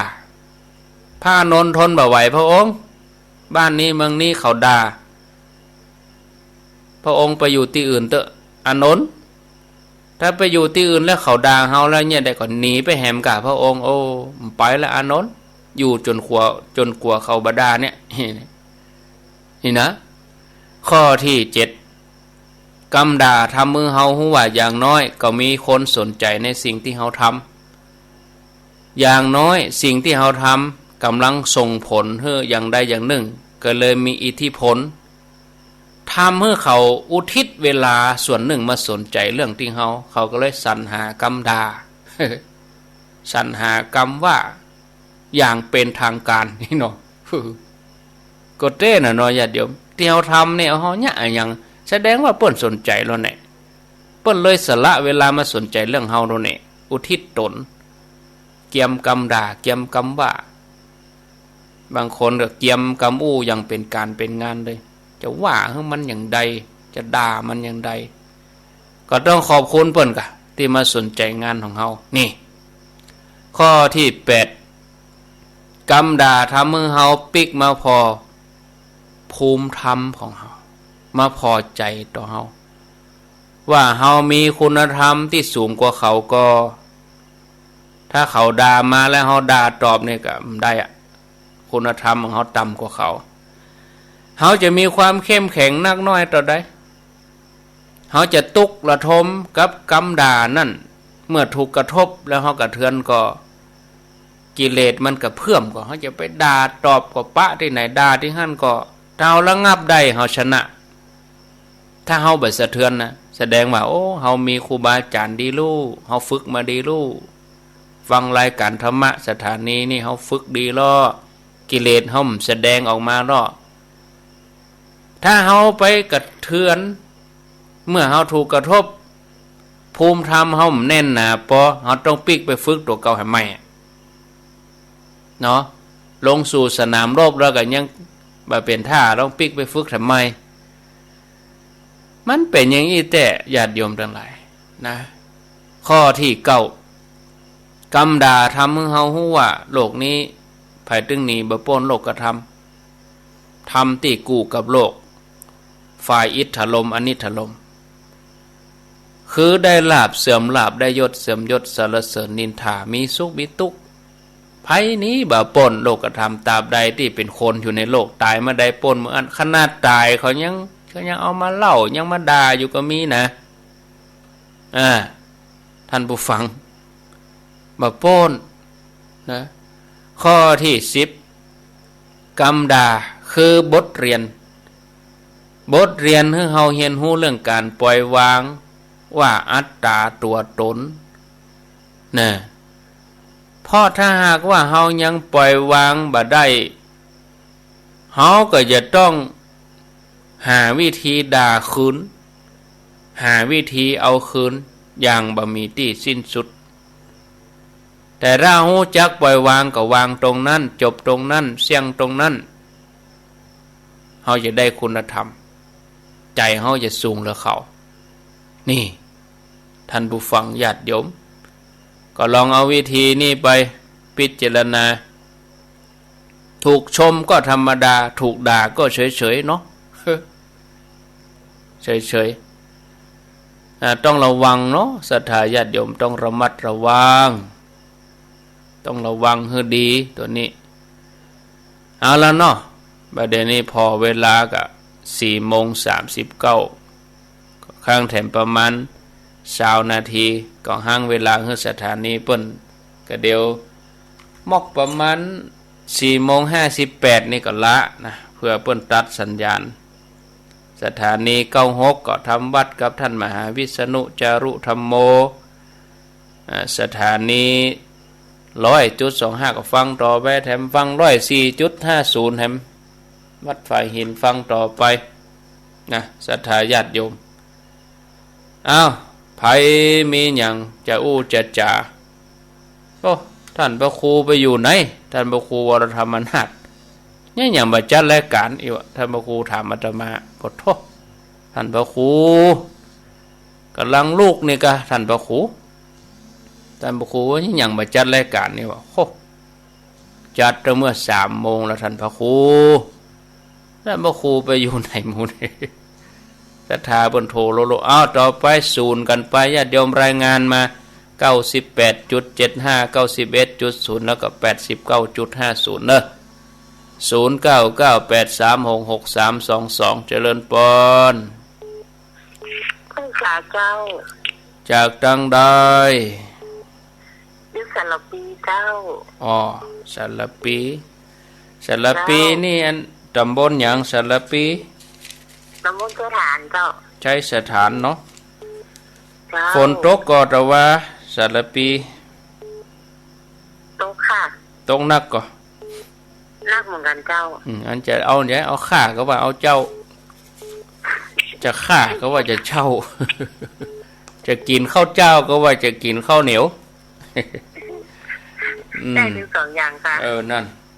ได้ถึง2 อย่างข้าเจ้าเอาข้าเจ้าเนาะลูกเจ้าถึงวันเนาะลูกเจ้าถึงวันเนาะตี3เจ้ากับลูกตี3ดีกาตี3ลูกมาก็ฟังกันถึงวันนี่แต่เจ้าฟังทุกวันเลยค่ะนั่นได้ถึง2 ระบบแต่กว่าโมทนาเนอยินดีเนอนั่นเจ้าก็ดีเจ้าข้าก็ดีข้าเอาอันใดอันหนึ่งกะเจริญปอนแต่อาตมาจะเจ้านะเมืองก็เจ้ากะไปข้าไปขาไม่เนี่ยหยังอันนี้แม่นวลกะเจ้าแม่นวลประแดดเจ้าอีกาแม่นวลปลาแดดฟังอย่างนะเจ้าชัดเจนเนาะให้วันเป็นเจ้าชัดเจนดีเจ้าโมทนาชัดเจนดีเจ้าสาธุเนอเจริญพรต่อไป เจริญปนจากนาย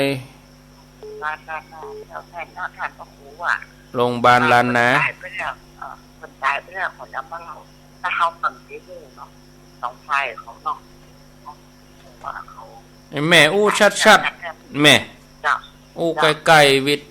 โทรศัพท์หน่อย จ้ะเวลาเป็นว่ากันคนที่เนี่ยคิดกันตายไปแล้วคนที่ว่านั่น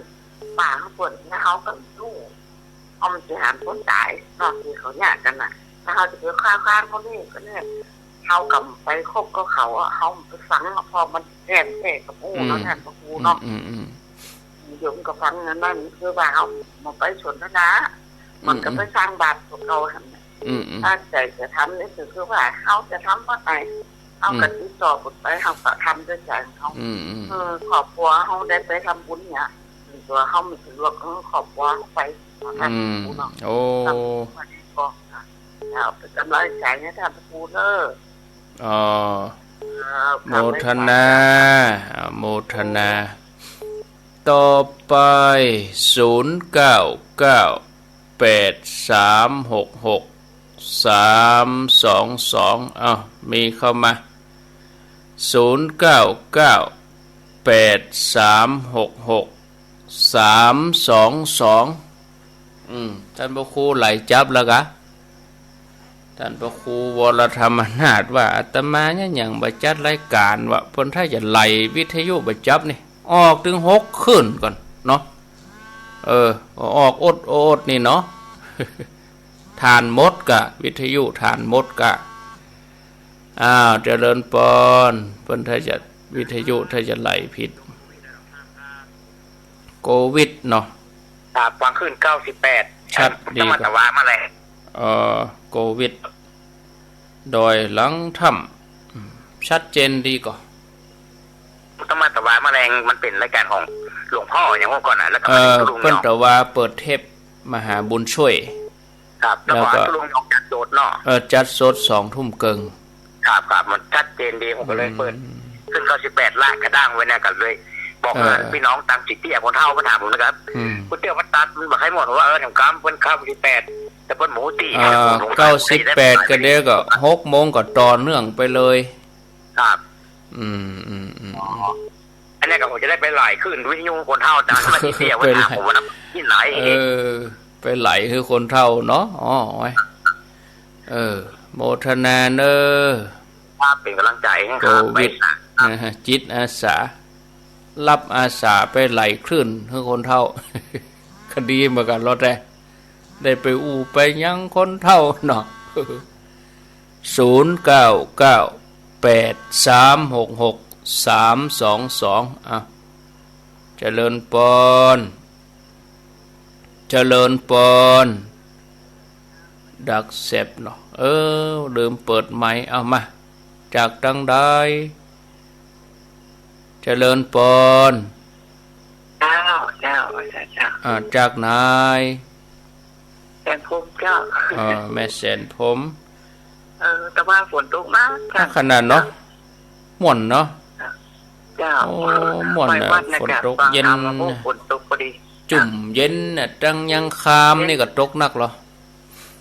เนี่ยยังคาม3หลัง2แควบ่ไปตั้งแม่วางพุ่นน่ะ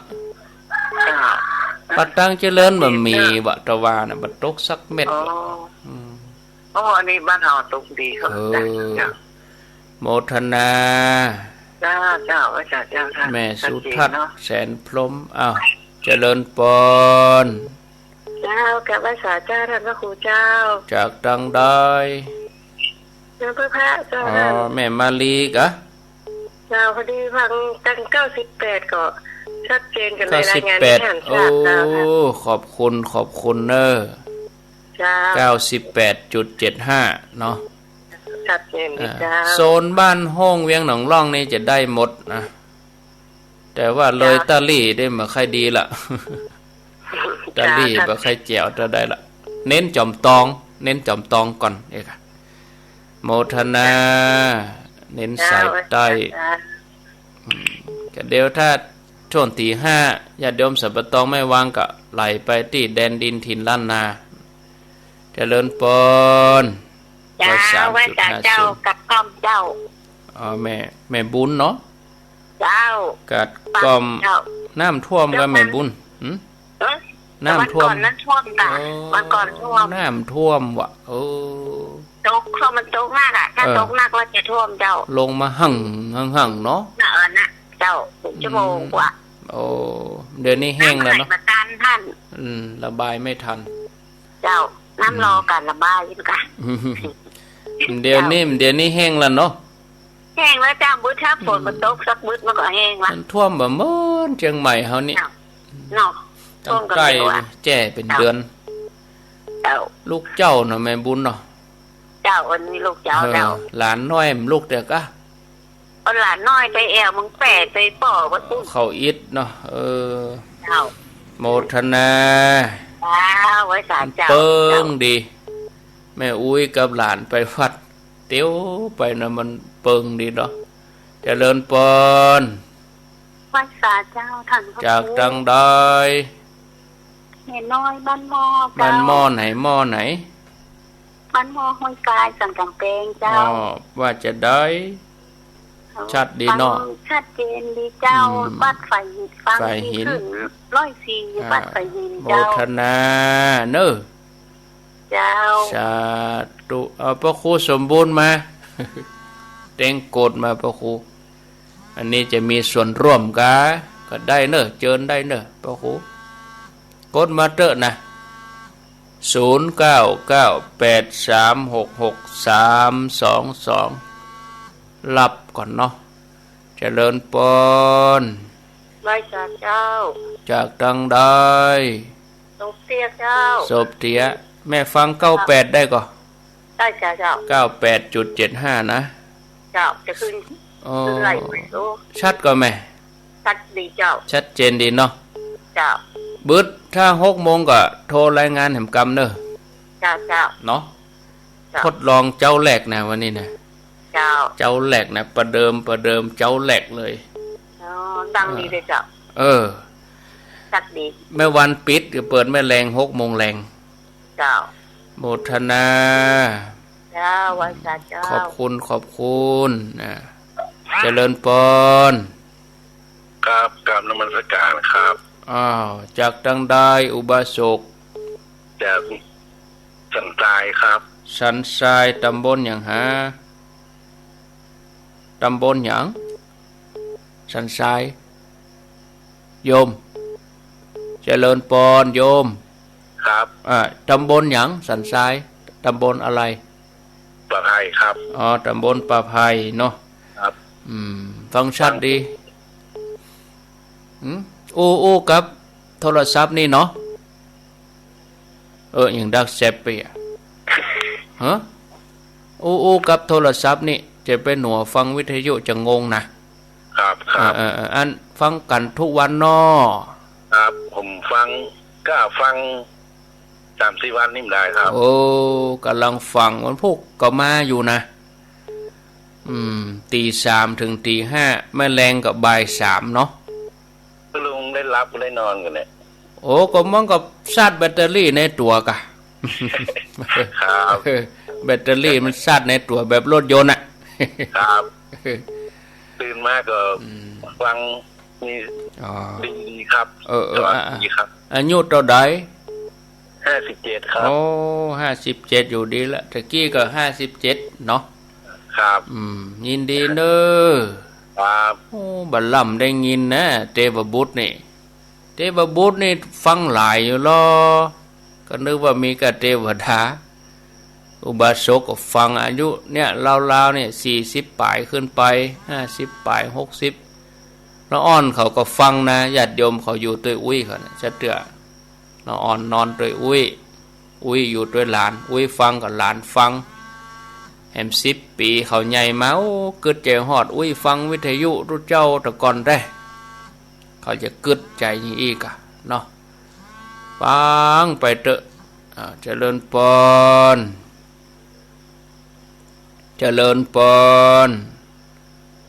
ติดแล้วเนอะ0998366322เจริญปน อันอย่างโลอ่ะอ่ะใส่ไม้มาไปเมาหย่ำหัวใส่ไม้มาเจริญปอนนมัสการเจ้าเจริญปอนกับไหว้สาทันทีกะกำลังได้ยินนี่แล้วอันนี้อยู่ไหนอยู่ฝางเจ้าเมืองฝางเจ้าเมืองฝางนี่บ้านอย่างฮะบ้านแม่เมาเจ้าแม่เมาขี้เล็กอะบ้านแม่เมาวันที่5นั่นไปกับแม่ไปก่อนไปเจ้าชื่อแม่อย่างนี่ก็ไปเดินดูเนี่ยอาจารย์มันเย่งพออีมันเย่งพอตนนี่จากว่าตนไหนเป็นตนไหนไปหันหน้าเจอตู้ลุงยองก่อนถามตู้ลุงยองว่าอาจารย์มาก่อนได้รางวัลของอาจารย์พอดีเนี่ยได้อย่างตู้เย็นได้มาหุงข้าวเจ้านึกว่าได้ตู้เย็นมือถืออยากได้แล้วอยากได้ยันวิทยุมากกว่าโอกาสหน้ากะแต่ก็มีสายอันเดียวว่าคือน้องฟังตึงวันนะปีไหนนี่จะไปหากันเตื้อเด้อฮะน้องอย่างก็น้องคนตึงวันจ้ะน้องสาวน้องก็ฟังเป็นสอบฟังอาจารย์ดีกะวันนั้นปลาเปิ่นไปนี่ฟังกันไปก็ม่วนใจอะปีในเตื้อเนาะปีหน้าเอาวิทยุไปอย่างเดียวเปาะเนาะปีหน้าวิทยุไปแจกเนาะโมทนาแต่ว่านี่บอกว่าแต่ว่าคณะสงฆ์โดยหล่อธรรมะสัญจรเนี่ยหลวงพ่อพระครูอาทรวิสุทธิคุณเปิ้นมาเทศจบก็แจกรางวัลกะคือศรัทธาเขาอาตมาว่าต่อไปเป็นเครื่องซักผ้าไอ้เนาะขอโทษศรัทธายอซ่องอันยังเป็นทางเปกับอันขันน้ำรางวัลต่อไปเป็นเครื่องซักผ้าไอ้เราปฐกศรัทธาพอบนเนอ5 ปันขึ้นบนเลยเครื่องซักผ้ายกขึ้นมาเป็นทางเปกับแม่นเหรอเครื่องซักผ้าเนาะซักเจริญปอนนมัสการครับท่านครับอันนี้อุบาสกอยู่ไหนผมอยู่แม่อายครับผมแม่อายกะครับฟังชัดแม่อายบ้านห้อง5 หลวงได้ยินชัดเจนดีครับห้อง5 หลวงชัดเจนเนาะครับป่อบุญศรีนะครับป่อบุญศรีครับวันที่5นั้นฟังก่อนมันแล้วก็ไปครับไปแล้วก็ได้มาตักมาอู้กันนี้ไปครับผมฟังท่านอู้อย่างเดียวครับม่วนดีอินดูคนเท่าเนาะ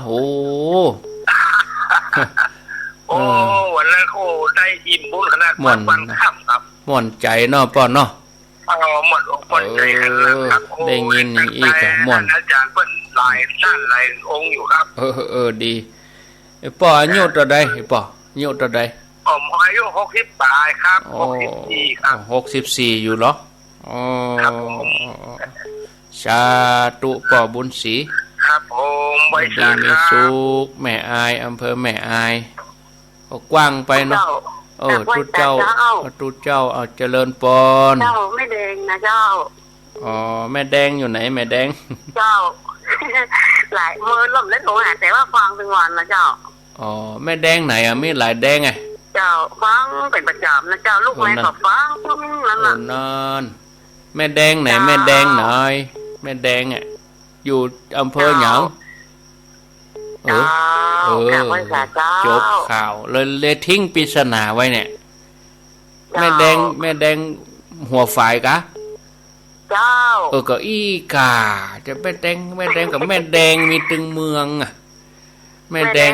โดยหลอกก็มีแม่แดงบ้านฮงก็มีแม่แดงจอมตองก็มี